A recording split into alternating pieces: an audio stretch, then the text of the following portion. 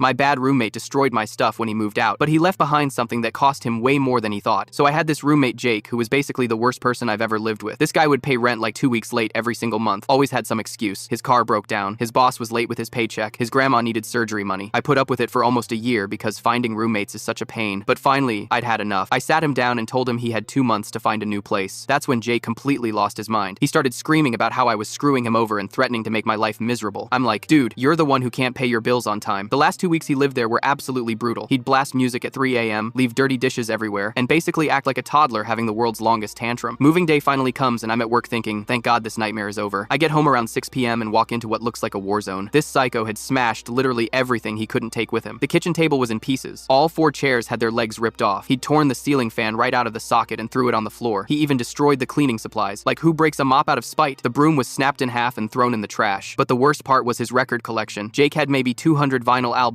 that he was always bragging about. Apparently he couldn't fit them in his car, so he poured disgusting bong water all over them to ruin the cardboard sleeves. My expensive mountain bike was bent completely out of shape. This thing cost me $2 grand, and now it looked like a pretzel. I'm standing there looking at this destruction, just furious. I'm about to call the cops when I notice something sitting on the counter, his internet modem. Now here's the thing about internet companies. If you owe them money, you literally cannot cancel your account until you pay everything off. And knowing Jake, he definitely owed them money. I work in IT, so I know exactly how this stuff works. I plugged that modem into my computer, and sure enough, instant internet connection. That's when I came up with my plan. Every single morning before work, I'd open my laptop and start streaming this 4K video of a fireplace. Just this 10-hour loop of crackling logs in ultra high definition. Then I'd close the laptop and let it run all day while I was gone. We weren't on unlimited data back then. This was the kind of plan where you pay extra for every gigabyte you use over the limit. For 5 straight months, I had free internet while Jake got hit with massive overage charges. We're talking hundreds of dollars every month for data he had no idea he was using. My roommate and I would joke about it every night. We'd check if the internet was still working and wonder if today was finally the day Jake would figure it out and shut off the account. Month after month, that beautiful 4K fireplace kept burning on his dime. Finally, after 5 months, the internet cut out. Jake must have either paid his bill or convinced them to let him cancel. I boxed up his modem along with 12 collection letters that had been delivered to my address and drove them over to his parents' house. His mom answered the door and I handed her everything with a big smile. Just returning Jake's things, I said. She looked at those collection letters and her face went white. I could hear Jake yelling in the background about his internet bill being over $3,000. Destroying my stuff cost him a lot more than he thought.